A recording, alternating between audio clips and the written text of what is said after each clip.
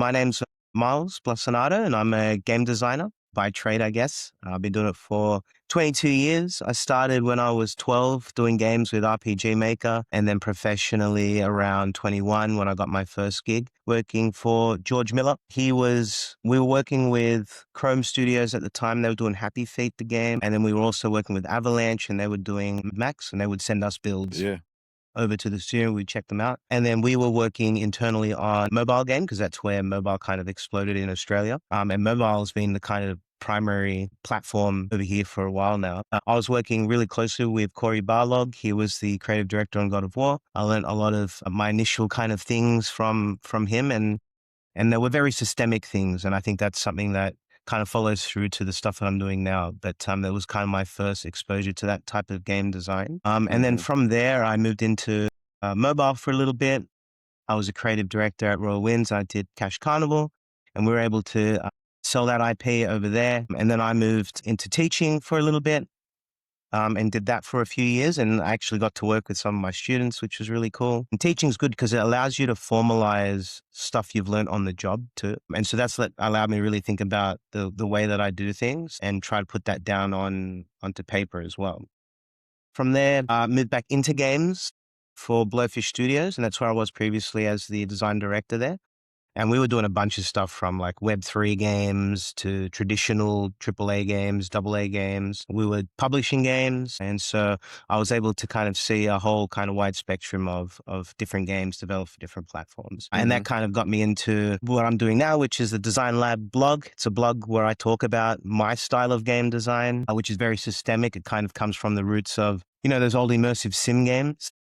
Like System Shock and the stuff that like Warren Spector did and the stuff that, Arcane were doing, especially with Prey 2017, which I think is one of the best games ever made. And so, I decided to put that stuff on the paper. I do the Design Lab blog where I talk about that stuff, and I'm putting a book together called the Immersive Design Framework. Okay. And a lot of that stuff I'm actually putting into practice now on one of our first games under the Immersive Softworks label, which is Tug of War Wrestling. And that's in partnership with that's going to be under the kind of Wanderers IP. Wanderers is this really cool brand that we got to work with that kind of got its start in like the crypto space, but then it moved into games, and it's got this really cool art style. So for us, we were really interested in the art style, and we really wanted to do something cool in that universe. And so we're doing a traditional game on Steam in that universe, and really trying to, the Tug of War Wrestling, we really wanted, I'm a big wrestling fan, and I think there's some just in fighting games in general, I think it's too animation based right now. Yeah. And I think there was a point, especially with games like, UFC Undisputed 3, right? Because you didn't really know what to expect. It wasn't seeing an animation, learning the timing of the animation, and then countering with an animation that's faster, right? Which is kind of what Street Fighter does this, and I still think that's like a really solid game, and it's one of the best games ever made, and I love that game. But I think I want to try and do something different and try to do it more physics based.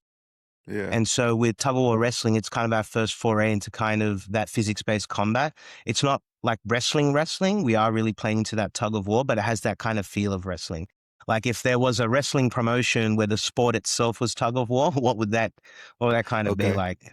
And that's kind of what we're doing now. But a lot of the kind of systemic game design stuff from the book is definitely coming into play into that game. You obviously have a lot of experience in different areas of the game industry, and I would argue that a lot of people don't really either get that, because if they are, say, in the AAA space, they usually are specialized or focused on, some very specific things. The example of like if you go to a AAA studio and it's a shooting game, you might only work on guns, and that's literally all you work on. Like you're a weapon designer, right? Boxed into a sort of thing where it's like if you're a indie, you sort of get to, put your hands on everything because you sort of are forced to, but you just don't have the resources. What would you say is, I guess you could give pros and cons, because I mean, you've kind of done both, but like, do you have a preference? Like, do you just think it's just different? Like, how do you feel about going from the AAA to sort of doing your own thing type of way? Yeah, well, it definitely is more specialized for sure, because you've got like, weapon designers, right? And if you like designing weapons and that's all you want to do, design cool new weapons, do interesting things, and push that, that kind of area of game design, I think that's cool. And I think that's all fine. But the way I kind of see it is like, let's, if we rewind it all the way back to like the beginning of games, it's like one or two people, right? I'm just Mhm. going to say one person right now because it's going to be easier. But like, we had Shigeru Miyamoto that made Mario, right? We had Mhm. Kojima that made Metal Gear Solid. And I think at that point, right, you can see the whole game in your head of what it is, but there's Mhm. not enough of you to go around to actually make the full thing, right? And so you need to start to put people in place that can do the things that you can't to try and help you. And that might be programmers and artists, right? And then that starts to scale because the game starts to get bigger and more ambitious. And then so, you still have that creative vision from that initial person, but now he's got a larger team, right? And more specialized people to try and help him in the places that he knows that the game needs to be good at, but he's not necessarily specialized in. Like the weapons in Metal Gear have to be really good. Yeah. So we need to Mhm. have a really solid weapon designer for that. And that's where you bring that person in. So you got to pick which part is more interesting to you. Do you have the vision in your head and can you see the game? Which, for me, it was something that I kind of always had from earlier on. Or is it something where you like to help craft an area and really specialize in a section like combat or like weapon design or creature design, right? And there's some really cool stuff, coming out of that space as well. So, that's how I would really approach it. And there's pros and cons to both. But for me, if I'm not really, I know how to code. I learned how to program in Unity. I know my way around 3D packages as well. And all of these things to me were like a means to an end to just Mhm. make a game to tell a story. Cause I always had this thing in my head of like, this could be a really cool experience to go through. And so for me, it just felt natural to kind of move into, just kind of more general kind of game design and then move into direction. Yeah. You've been in the industry, from the time you started to sort of now, like, what were you playing? What was your, I guess, go-to games? And I'm sure those games sort of led into the things that you kinda wanted to do or kinda are doing now. For sure, and I do have a list, and it always changes, and Yeah. I just finished Red Dead Redemption 2 for the first time, and I was just completely blown away by the whole game and just what Rockstar does and what they did with that game. And, it does take some 8 to 10 years, maybe sometimes longer to put something out. Yeah. But when they do, it tends to be, I personally, on a technical standpoint, one of the best game ever made. And for me, I think, for me, IDR2, I think is probably up there on a technical Yeah. standpoint, right? So that's why my list always changes because that game's not that old. But for me, I think, for top five kind of big games for me, Metal Gear Solid is number one, and it's Yeah. tough to push that game off of the Mhm. ladder for me, and it's the original game. I think Yeah. just from a game design standpoint, you notice that the game becomes more and more authored and scripted as it moves on in the franchise. Scenes become more of a mainstay. They become longer. And it starts to move away from this kind of large sandbox. And MGS5 is a game that kind of tries to bring it back to that kind of open sandbox Yeah. where you could almost say that kind of world in MGS5 is almost just a larger version of Shadow Moses, right? That you can go back and forward between, because at some points in Shadow Moses, the original Metal Gear, you could go back and forward between kind of outside of the bunker and then inside of it. Yeah. And so it kind of felt like it was an open place that you could explore, Shadow Moses. And so for me, I think that game handled storytelling in the most, I think, elegant way that we've seen, just because it wasn't cutscene after cutscene for so long. Yeah. You played Mhm. a lot of it. And the codex invention was really good too, because it made it feel like gameplay. And it wasn't watching a cutscene. They were actually messaging you. You could call them. They give you clues on how to beat the enemies and the bosses. And so you felt like a secret agent. You don't know what to do in this section. Call someone up on your codex and they'll actually give you Mhm. a clue on maybe Yeah. what to do, right? And so you felt like a spy. Whereas a lot more of that just became you watching Snake going through his mission rather than you becoming Snake. And so I think Metal Gear is definitely one of those games at the top that's very hard to beat. But Yeah. then it's a lot of the immersive sims. For me, it's games like Super Mario and 64 is a really great game. I think games like I'm a really big fan of Arx Fatalis. I don't know if you played that, or Okay. Ultima Underworld. Some really Mhm. classic kind of old school immersive sims. System Shock, Deus Ex. These are the kind Yeah. of big games. I'm a big Elder Scrolls fan. I'm Yeah, a me too. big Rockstar fan as well. And I've been playing a lot of Star Citizen lately. And, that game's kind of moving its way up the list. For me, I think for me, a game is just really immersive. It's something I'm writing about too is like jank. A lot of people talk about, this game feels jank and they complain about it.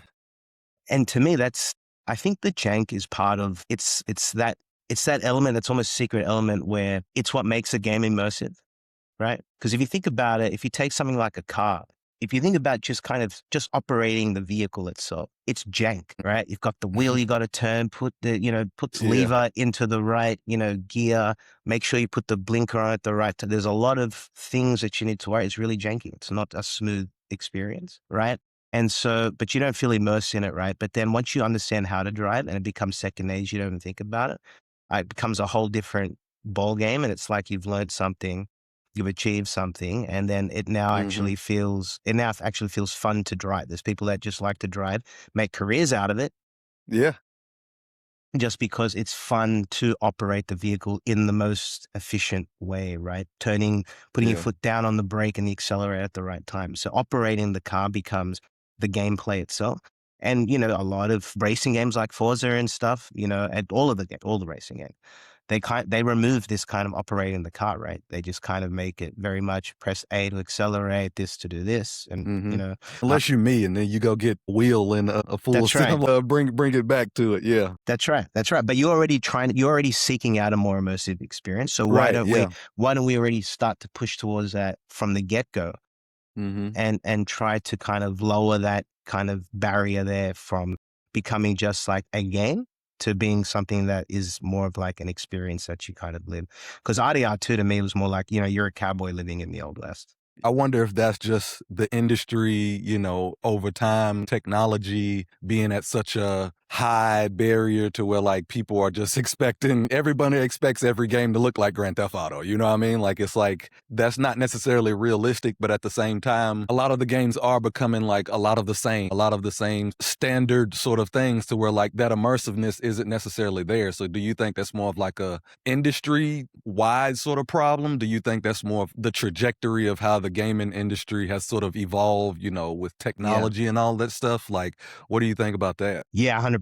I mean, definitely the bigger players don't do it that way. And I've definitely seen it firsthand. It's because what's happened, and it's one of the things that's like it's frustrating when you're working in kind of that space. That's why I like working in kind of indie and even double A space. If it's done well, it can be quite flexible in the things that you do. But, at the end of the day, it's like market research. And the problem with market research, we didn't have that back in, the Mhm. 2000s and then the 90s, right? And that's why you'll notice if you play, if you not even play the games, but if you go back to and just look at the release list for games that came out in a single year in like 98, right? Every single one is like a massive game. It's like Ocarina of Time, it's Mario 64, or it's Resident Evil 2, it's Metal Gear, it's these big hits that came out in a single year. And I think it's because it wasn't market research, right? Mhm.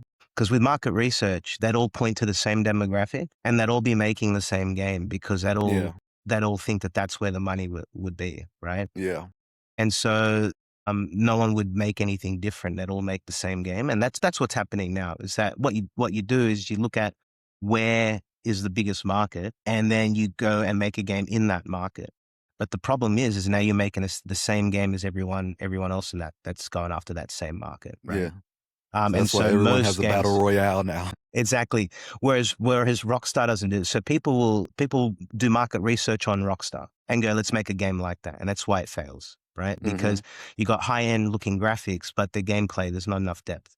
Whereas what Rockstar do is like, here's the gameplay that we have. There's all this depth to it. What kind of art can we bring to that to make it feel or make it look as immersive as it feels playing it? Mhm. The looks of the game match the gameplay, and that's where it immerses you in the experience because there is this synergy between what you're playing and what you're seeing, and you then forget you're even playing the game.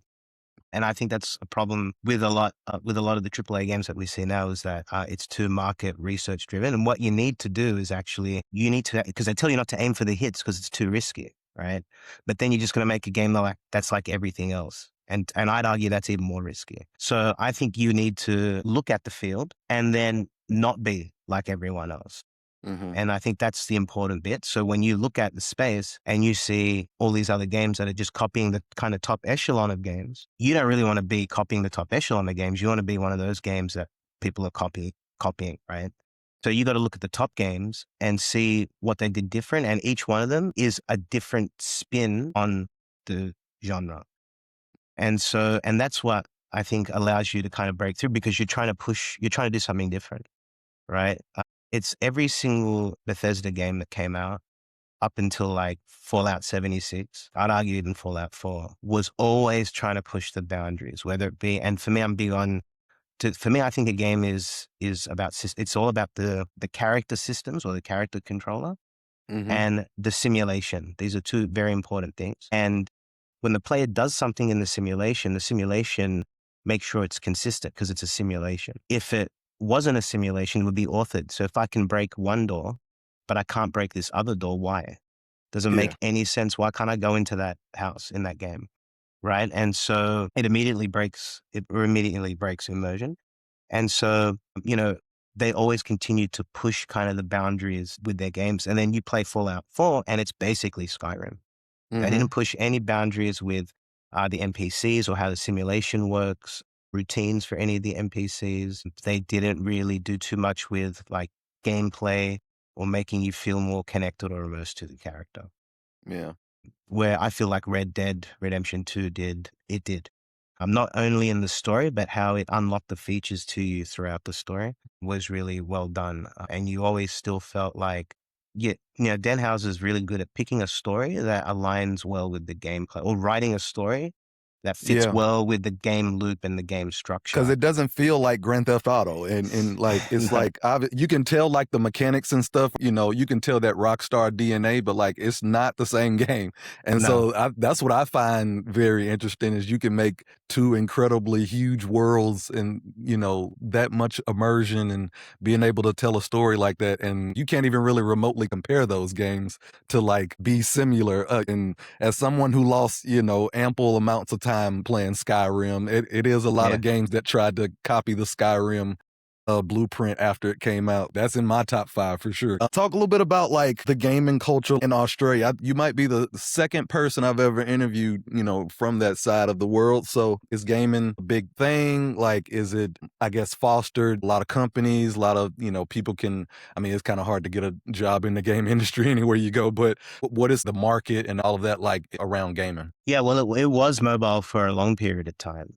And then just before, when COVID hit, we started to see like kind of explosion with indie games again. And like 2015, we started to see some really cool stuff. And now we've got, Team Cherry making games like Hollow Knight. And we've got the guys over in Melbourne that made Mixtape, right? That just has Hmm. been winning all the awards. And so we have a really big indie space that's kind of been cultivated over the last, I'd say 5 to 8 years over here. And as AAA was slowly starting to come back, because we had a bunch of AAA studios, and we still have a bunch of them there. We've got Rockstar in Sydney that's here. We have Sledgehammer over here as well. And so, we still have those companies, but it's really more mobile still around. And now indies are starting to really start to make some stuff, because I think if you're in the mobile space and you were from the kind of like the tail end of AAA here in Australia around like 2011, 12, 13-ish. And then it was like mobile for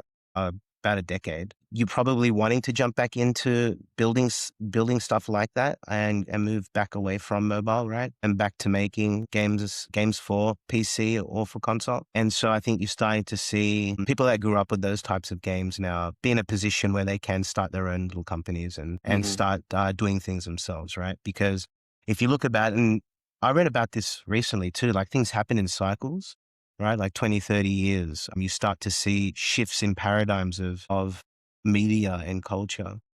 Hmm. And there's an argument for that. It's because those kids have grown up now. They've done their decade of service to the industry, and they've now starting, they're in their 30s now, and they're starting their own companies, and they're starting to be able to now do the things that they've been wanting to do for the last 15 years or so, right? Yeah. And so now those people are in those positions, and I think we're starting to see some of those games. And so I think things happen in cycles, and it's just, it's either a cycle for you or it's not a cycle for you. For me, it feels like I'm starting to see games that like I used to play back when I was growing up. The games like Crimson Desert is an Hmm. amazing experience. I think Breath of the Wild's one of the best games ever made.